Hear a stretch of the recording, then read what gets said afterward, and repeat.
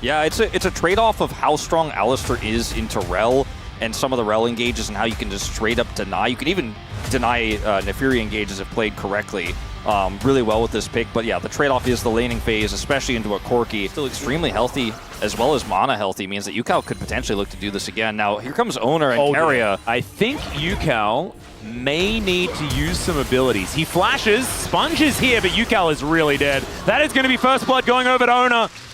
And just a little greedy is good old Yukao, even Yukao, using the flash. You've been in this league for so long. You know, you took a little break, but the Faker taunt got you really... Drops are spawning, but he's in the bottom lane without teleport, so never mind. That's not going to really pay too much of a difference here, as Owner now in trouble. On the level 5, as Sponge goes untargetable, but Owner's very targetable. It's Yukao that grabs that kill here as Keria has to get out of there, and these grubs belong to DRX. Here for DRX, but as you mentioned, arguably more importantly, grubs going over as well. Denying grubs from an Azir always feels really good here. Yeah.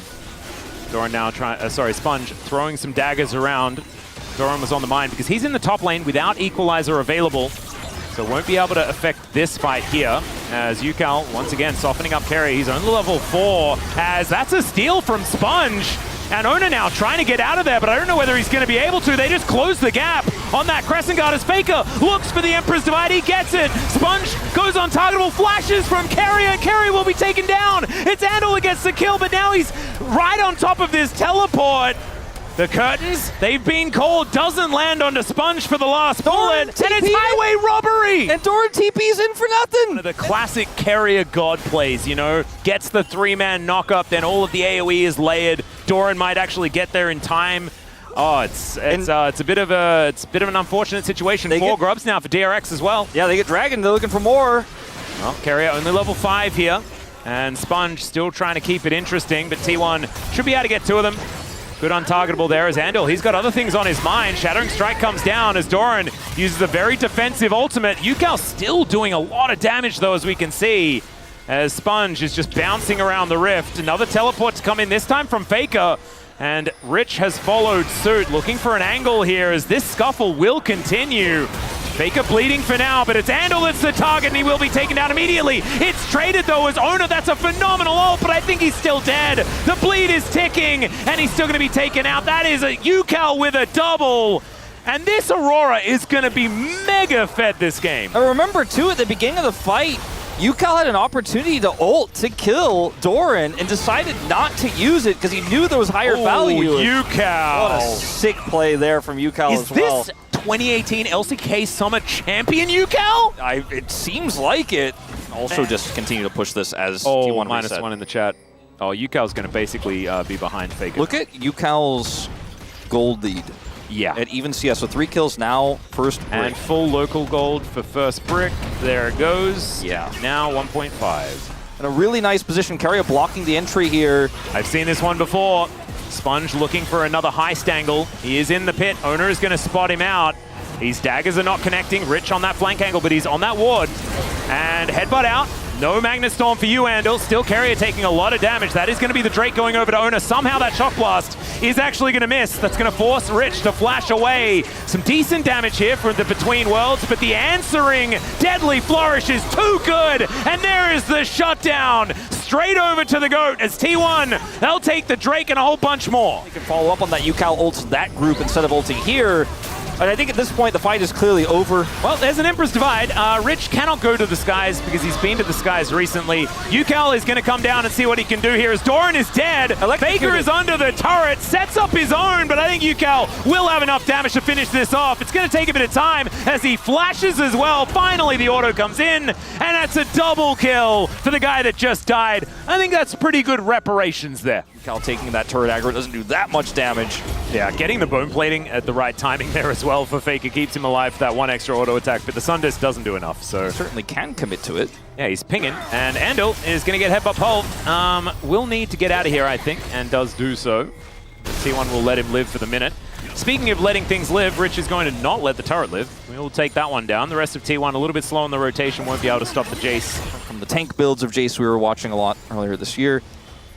Yeah, the Drake going to be taken here by T1. That's going to be their prize after they do push Rich away. Half on the Chemtech Drake. But there is also a Baron coming up. This is Yukal. Oh, there's another headbutt ball. Carrier really wanted to pick up player of the match today, and I'll give it to him. That's going to be Ona taking down the kill off the back of the cow. It's just on a ward there, and now they can get whatever they want. They want Herald, they want Otacon, they want this top turret. They're going to start with Otacon, which is a bit of a scary choice. Flanking. Carrier coming in, looking for it again. As Sponge going untargetable. Rich with some shock blast angles potentially. That equalizer, great spot, but Faker just wipes them off it.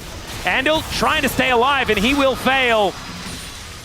Teddy coming up here. Rich has this turret to play through. Oh, God. Well, can the shock blast actually land? That's the question. The answer is no, because he's going to be dead. Carrier diving in one more time, and the doggo's on the ground. Teddy, another one of these doggos, is going to be in a bit of trouble as Carrier is down to 1 health, but he is still able to walk his way out. The flash comes in from Teddy, and that should still keep him alive. Okay, Yukal's flashing forward, does manage to take down the jungler. That might mean that Otacon is going to be okay. Deadly Flourish coming on in here as the 1-2 punch, and it's a double! Teddy, I don't know about that one though. The captive audience goes off, and I think Teddy knew that he was dead. Guma just comes on over and punishes. Andal's back up one more time. Kill Doran, which stops any potential Otacon take, but Teddy does give his life for it, and we reset. Well, Andal crashing forward, and the curtains, they have been called. Andal, I mean, he's just dead. Sand Soldiers will take him down. Sponge a little bit late on that on-targetability, but it might be enough to get himself out of there. Unbeknownst, as he's now spotted. Yukal is still big. Oh, okay. Carrier is going to try and get in there. Sponge going untargetable. Emperor's Divide is going to throw Yukal in. He pops on over as Carrier likely to go down, but I think that's a decent trade. They've taken down the jungler as well. Not sure what Teddy was doing. And now Ona is going to be able to transition this into a Baron. Somehow it worked. I have no idea how that all sort of worked into itself, but it's, I mean, T1, I guess, calculated. I mean, there's just so many objectives to take. There was not a lot of vision for DRX, but I think they really liked that game. Lemmings, do you remember that game where, they kind of walk forward? They didn't. I mean, I don't know if they might just win the game off this. Well, Ona once again going in, gets the knock up, and down goes the doggo. The curtains have been called, and it may just be curtains on this game.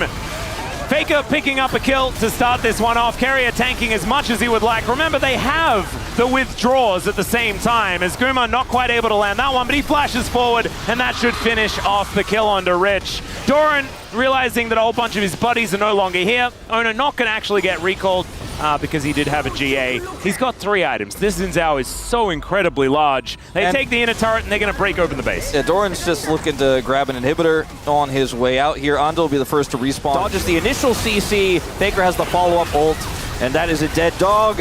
Oh, man. And I guess all dogs go to heaven, but T1 is looking to send them there again. I mean, look, with the withdrawals that they have, there's like no loss here. So well.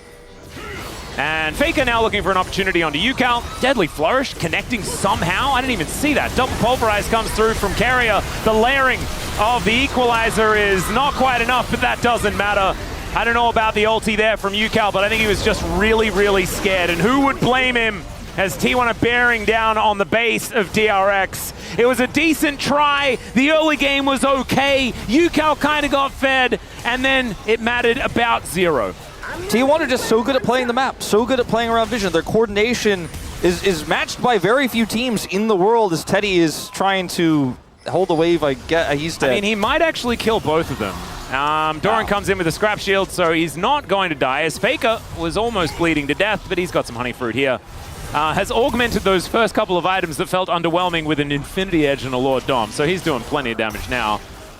Doran might need to be a little bit careful, I guess, but maybe he also doesn't, as Ona goes in, almost 3 taps. Sponge gets in another couple, and Faker is the one that actually finishes it off in the end. Equalizer just to celebrate, as Carrier looking for a bit of an angle here. He'll be able to get there, and my God, the damage of this Xin Zhao is obscene. And it's actually Gumayushi that finishes off a bunch of these kills. Doran, maybe move a little bit further out so you don't die to the Nexus turrets, but it doesn't matter. It's an ace. That's going to be the Nexus going down, and T1 in their first game looking pretty good. These were some of the best highlights from today's matchup. Which moment was your favorite? Let me know in the comment section below. This is OP, and I'll see you tomorrow. Take care.